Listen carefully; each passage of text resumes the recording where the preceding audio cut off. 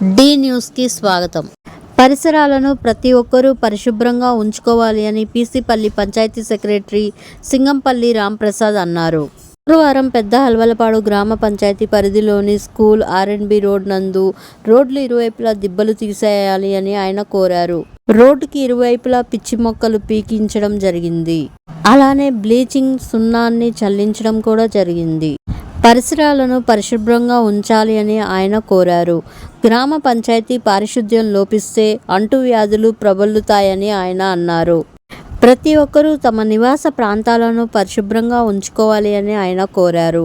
Road వెంబట మురికి నీరు రాకుండా ఇంకుడు గుంతలు తీసుకోవాలి అని ఆయన కోరారు.